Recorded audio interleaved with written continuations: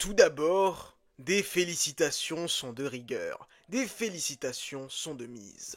Aujourd'hui, s'est tenu les Golden Globes, qui regroupent donc le cinéma et les séries TV, qui est une distinction de haute prestige pour justement récompenser les Graals du cinéma et des séries de l'année. C'était donc bien évidemment pour l'année 2024. Vous l'aurez deviné, l'année 2025 vient tout juste de commencer, donc ça pouvait pas être pour cette année. Bah ouais, logique. Colin Farrell est le troisième acteur ayant incarné un vilain dans un programme de Batman à recevoir cette distinction pour son rôle bien évidemment du pingouin dans l'excellentissime série The Penguin. Après Heath Ledger et Joaquin Phoenix pour avoir tous les deux incarné le Joker, c'est au tour du coup de Colin Farrell de les rejoindre à son tour, mais cette fois-ci du coup pour le rôle du pingouin et non pas pour le rôle du Joker. Ça change et c'est plutôt une bonne chose. Alors non, malheureusement Christine Milioti, elle, n'a pas reçu de récompense et The Penguin, la mini-série au global, non plus. C'est dommage, mais c'est comme ça. On félicite néanmoins Colin Farrell et la prestation de Christine Milioti restera néanmoins exceptionnelle. Cette série, de toute façon, c'était ma série de l'année 2024, elle était tout bonnement géniale. Et évidemment, du coup, on se demande... Ah, c'est chiant, 2027 pour avoir la suite dans The Batman Partie 2, The Batman 2, pour l'instant toujours appelé The Batman Partie 2 par Matt Reeves lui-même. Car oui, Matt Reeves a répondu à quelques questions, puisqu'il était présent lors de cette cérémonie des Golden Globes. Et il a apporté quelques petites informations, Lorraine Lefranc, qui était showrunner justement sur la série The Penguin également, a des petites interrogations qu'on avait sur le show, sur Julian Rush, sur une saison 2, et sur l'avenir de The Batman. Du coup, on va évoquer tout ça ensemble, vous le savez, c'est tout bonnement génial. Pour l'instant, je pense que c'est ma licence de cœur, de toute façon, de cette licence de Batman, elle est... On a eu que 2 programmes, mais j'adore, vraiment j'adore. On va pas trop rentrer dans les détails, vous savez, question de Robert Pattinson dans le DCU, oui, j'y crois toujours, mais je vois que cette théorie pose vraiment problème à pas mal de monde. Alors, je le rappelle encore une fois, c'est important de le rappeler, c'est qu'une théorie. Donc ceux que ça énerve, les gars, détendez-vous, c'est de la théorie. On a toujours théorisé, y a pas de mal à ça, c'est pas grave. Même si ça vous plaît pas, ça veut pas dire que ça va arriver, et si ça vous plaît pas et que ça arrive, bah c'est pas de ma faute, c'est juste que c'est comme ça, je suis pas James Gunn. Moi, je serais plutôt favorable, mais c'est mon avis, c'est mon opinion. Maintenant, s'il y a un deuxième Batman, bah je serais tout aussi chaud. Clairement, j'ai pas de souci avec ça. Donc juste on théorise les gars, mais soyez chill. Avant qu'on rentre dans le vif du sujet, je vous invite bien évidemment à vous abonner à cette chaîne si ça n'est pas encore fait et prenez cette bonne résolution pour 2025. Abonnez-vous, laissez un pouce et activez la cloche pour ne manquer aucune des prochaines sorties à venir sur la chaîne. Et dites-moi dans les commentaires ce que vous avez pensé de la série The Penguin. Une saison 2 est actuellement en travaux, nous confirme Matt Reeves, le papa du coup de cet univers.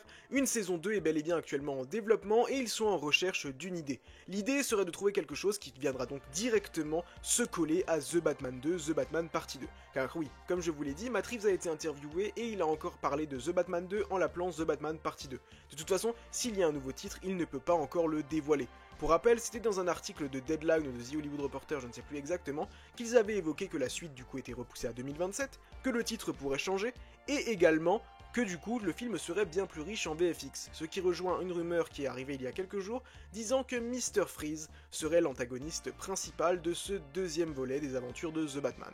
Matt Reeves a bien évidemment déclaré que non, il ne pouvait pas trop s'exprimer sur cette suite, c'est tout à fait logique, il est sous contrat, il doit garder le secret, et c'est tout à fait normal. Il a quand même évoqué que cette année, malheureusement, il a subi pas mal de problèmes personnels, et c'est pour ça que du coup le film est reporté. Bon, il y a d'autres raisons à mon avis, mais on les a déjà évoquées, mais malheureusement, il a eu des problèmes personnels. Il a même déclaré que Colin Farrell avait été un très bon ami dans cette période, et évidemment, c'est toujours ce genre de petit truc qui est beau. Néanmoins, il peut pas trop en dire du coup sur la suite de The Batman, mais il confirme quand même qu'il y aura beaucoup de surprises dans cette suite, et que ça vaut le coup d'attendre. Donc maintenant, si The Batman rejoint bel et bien le DCU comme je le pense, comme je théorise maintenant depuis un moment, je pense que du coup la saison 2 de The Penguin devra également s'introduire du coup dans le DCU, et du coup, il va falloir trouver une histoire si possiblement il y a un bond dans le temps dans The Batman Partie 2. Reste à voir maintenant si ça arrive ou pas. Puisqu'il a déclaré que The Batman Partie 2 serait dans la continuité de The Batman et de The Penguin. Néanmoins, il ne dit à aucun moment qu'il n'y aura pas un bond dans le temps. À savoir que du coup, la continuité. Qu'est-ce qui a été véritablement posé dans ce premier film et dans cette série The Penguin? C'est l'intrigue autour des Wayne. La série The Penguin, pour le coup, on peut avoir un bond dans le temps sans problème maintenant. Et pour les Wayne, ça peut être continué même s'il y a un bond dans le temps, ou par exemple il pourrait y avoir de nouveaux éléments qui arrivent, donc pour le coup pour moi ce ne serait pas un problème du tout. En tout cas, pour moi, clairement, s'ils trouvent une bonne idée pour une saison de The Penguin, je suis carrément chaud. Pourquoi pas justement ramener le personnage de Black Mask, et si maintenant elle prenait place dans un univers fantastique, bah il y aurait même clairement plein d'autres trucs qu'on pourrait ramener. Alors oui, encore une fois, je le répète, on le répète jamais assez, mais je théorise. Autant je me trompe peut-être complètement et il y aura 2 Batman dans le DCU, c'est possible, c'est une possibilité. Moi, je n'y crois pas trop, mais c'est une possibilité. Et vous savez, je sais pas si vous vous rappelez, mais après The Penguin, on s'était rendu compte que le docteur Julian Rush, il y avait des éléments qui le rapportaient un petit peu à l'épouvantail. Bon, l'épouvantail, c'est Jonathan Crane. Là, on est sur Julian Rush, mais dans son bureau, il y avait des éléments qui nous faisaient penser justement qu'il pouvait être une version différente, modifiée de l'épouvantail, ou avoir eu l'épouvantail comme patient ou comme collègue. Eh bien, Lorraine Lefranc, showrunner sur The Penguin, a bel et bien confirmé que non, Julian Rush n'est pas l'épouvantail.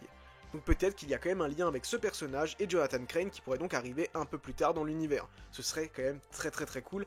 Mais voilà, on a la réponse officielle, non, Julian Rush n'est pas l'épouvantail, et j'ai envie de dire heureusement parce que le personnage a le charisme d'une huître. Voilà. Maintenant, ce que j'espère de tout cœur, honnêtement, c'est que James Gunn va répondre à la grande question. Parce qu'on lui pose la question. On lui pose la question, mais il ne répond pas. Il refuse de répondre, et même relativement, il ne répond pas à grand chose ces derniers temps. Donc peut-être que là, il va faire un post justement pour parler de tout ça, pour parler justement des Golden Globes, du report de The Batman Partie 2, etc.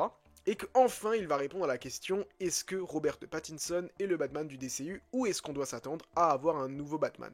En fonction de ça, on avisera, et évidemment, on en discutera sur la chaîne. Et nous, on se donne rendez-vous très bientôt à Gotham City.